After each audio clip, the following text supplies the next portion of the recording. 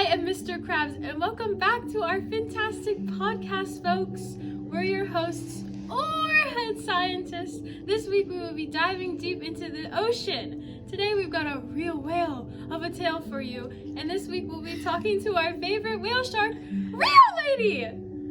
That's right, we're talking about one of the biggest and most incredible creatures in the sea and all of our favorites here on the podcast, Rio Lady. You know her, you love her, and we're about to dive deep into all the details of her massive journey through the deep blue. So for a bit of background, whale sharks are Rhynchodon typus and the biggest fish and shark in the world. They're about 12 meters long and weigh 15 to 20 pounds. They have 5 sets of fins, 300 teeth, and are blue with white spot pattern. But don't you worry, these gentle giants are filter feeders, which means they suck in water and filter out plankton, krill, and other tiny organisms. All whale sharks have a different spotted pattern on their bodies, like zebras with their stripes or humans with their fingerprints. Man, it's like every whale shark is swimming around with its own little fashion statement. Their lifespan is about 70 to 100 years, making them one of the ocean's long-term residents. To get scientific, taxonomically, here's what you need to know. Whale sharks are part of the family Rhynchodontid, genus Rhynchodon, and the species name is R. typus. These guys have been around for a long time and have a lifespan about 70 to 100 years. Yay!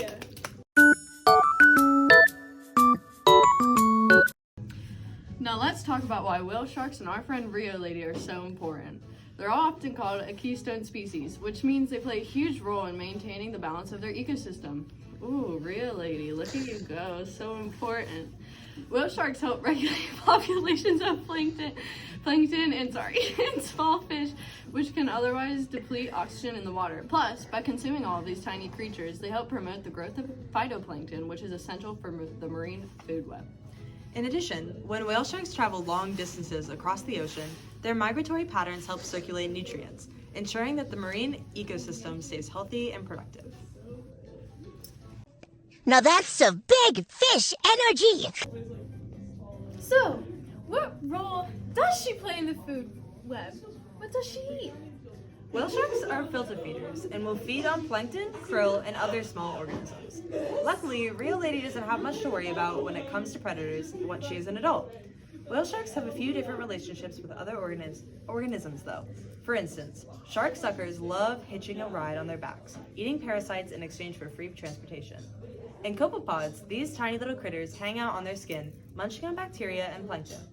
It's a bit of a parasitic relationship if they attach in a sensitive area, but it doesn't harm the whale shark in every occasion. They get a little spot treatment while they cruise the oceans. Moving on to whale shark reproduction now. Typically, whale sharks will reach sexual maturity from 25 to 30 years old. It's not really the typical parenting situation for whale sharks. Female whale sharks, like Rio Lady, give birth to live young, sometimes a lot of them. They can even give birth to 300 pups in one go. These sharks are born fully independent and rely on their own instincts for survival. So, does Rio Lady prefer to be a solo traveler, or is she out and about, hanging out with a group of friends? Whale sharks are more of lone wanderers. They don't hang out in groups, but when food is abundant in certain areas, they will join other whale sharks in a massive feeding frenzy. Oh, it's like a big family reunion with a buffet. Hi guys, this is Rio Lady's tracking pattern. She starts at Cancun and really likes the Gulf of Mexico because that is where the feeding frenzy is with all of her gal pals. Yes, and she even likes going very far towards Bermuda over here. That's Bermuda, right? Yeah. She took a casual trip through Cuba. We assume that's just like a glitch in the tracking. She's gone as south as the South Caribbean Sea, and once again returned. But this is her general Very area. fond of the Gulf of Mexico. Yeah.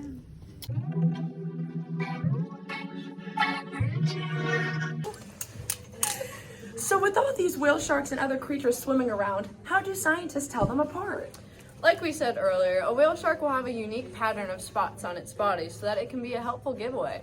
Whale sharks in general are the giants of the sea. They can be as long as a school bus, for example. Rio Lady is 26 feet long, only a few feet short of a school bus. You can also recognize them from their broad, flat head, their short snouts, and distinctive white, yellow, or gray checkerboard skin. Their underbelly is a white cream colored, and their sides and backs are usually shades of gray, dark blue, or even brown. Whale shark mouths are at the front of their head. Their first dorsal fin is much larger than their second. Their caudal fin is semi-crescent shaped, with the upper lobe much larger than the lower. A very distinctive characteristic on each side of the upper body is the presence of 3 parallel, horizontally oriented ridges that start at about where the gill slits end, and they run the length of the body. Now that's some big fish energy. Let's have a little history lesson. Ugh, history? Yes! Whale sharks have been around for millions of years. They date back to the Jurassic or Cretaceous period, 246 to 65 million years ago. Wait, what? Dang, they're old. I know! They evolved from carpet sharks, which lived on the ocean floor. These massive creatures have been roaming the oceans long before humans even existed. It's hard to imagine what the oceans were like when they first appeared.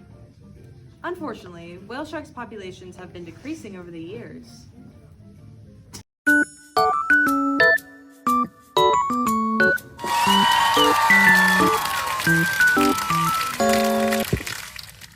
So let's talk a little bit more about Rio Lady. We're bringing our special guest in right now. Everyone welcome Rio Lady to the podcast. Hello everyone, good to be here. Thank you for coming. Could you possibly give us some info on how you were tagged and when? Sure. I was first tagged in 2006 because those weird-looking scientists wanted to track where I go, I guess. They gave me this long and boring tracking number. I'm pretty sure it's 173914. Boring! They tracked me on and off, but in 2018, a monitoring device called Spot was fitted to my fin. Every time I emerged from the water, a signal was able to be picked up by satellites. It continued to work until 2023 and was one of the longest continuous tracking operations of a wild animal.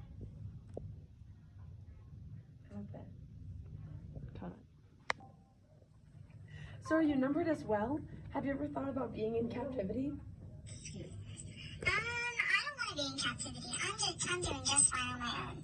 I'm pretty sure one of my cousins was in captivity. She only lived 20 to 30 years, while the rest of us outlived out of the water lived 75 to 100.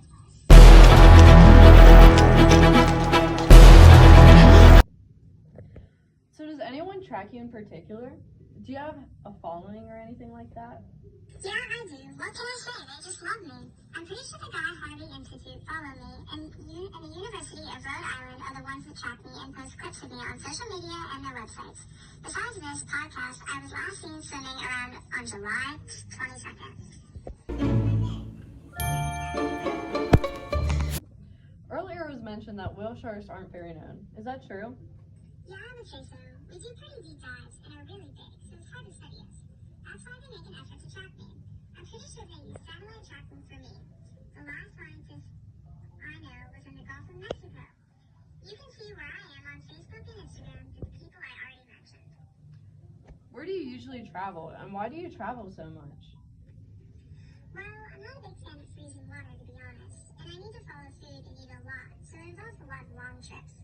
I usually travel to the Gulf of Mexico, the Caribbean, and the Southern Atlantic Ocean near Bermuda. So in general, where will we find you and other whale sharks like you? Tropical latitudes, open warm waters, and near food sources, which can mean near the surface or sometimes deeper. So how far can you travel or dive? I can go about 1,500 meters, aka in the non-pelagic zone, between latitudes 30 north and 35 south, the Atlantic, Pacific, and Indian Oceans. Big fish energy! From what I have researched, you and your species are heavily involved with boat traffic. Very vulnerable, much of their time is spent in the surface waters and they gather in coastal regions. Boat motors can harm the whale sharks.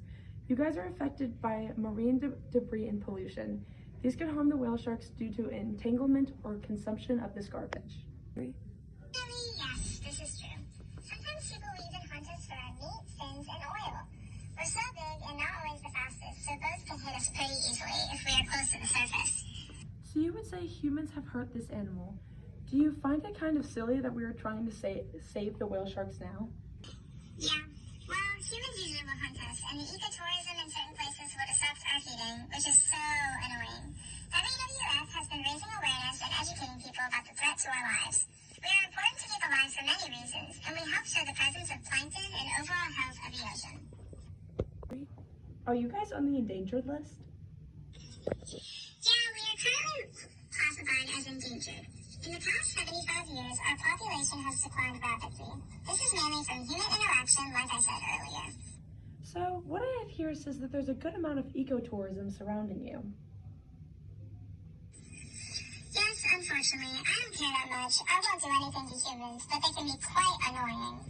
Here it says beaches, resorts, in tropical areas such as the Caribbean, the Gulf of Mexico, and the Philippines make a booming business off of whale shark dives as well. Whale shark tours often involve a boat ride, then snorkeling and diving. The cost of a day tour is $150+ per person. The cost of the tour depends on the resort, the guide expertise level, how long you are out on the water, and the time of the year. It is best to dive with the whale sharks in the summer months. Whenever the water is warmest and migration patterns is the best time to try and see the animal. Oh no, it looks like we're running out of time. Thank you for joining us as our special guest, Rio Lady. Have a fantastic rest of your day.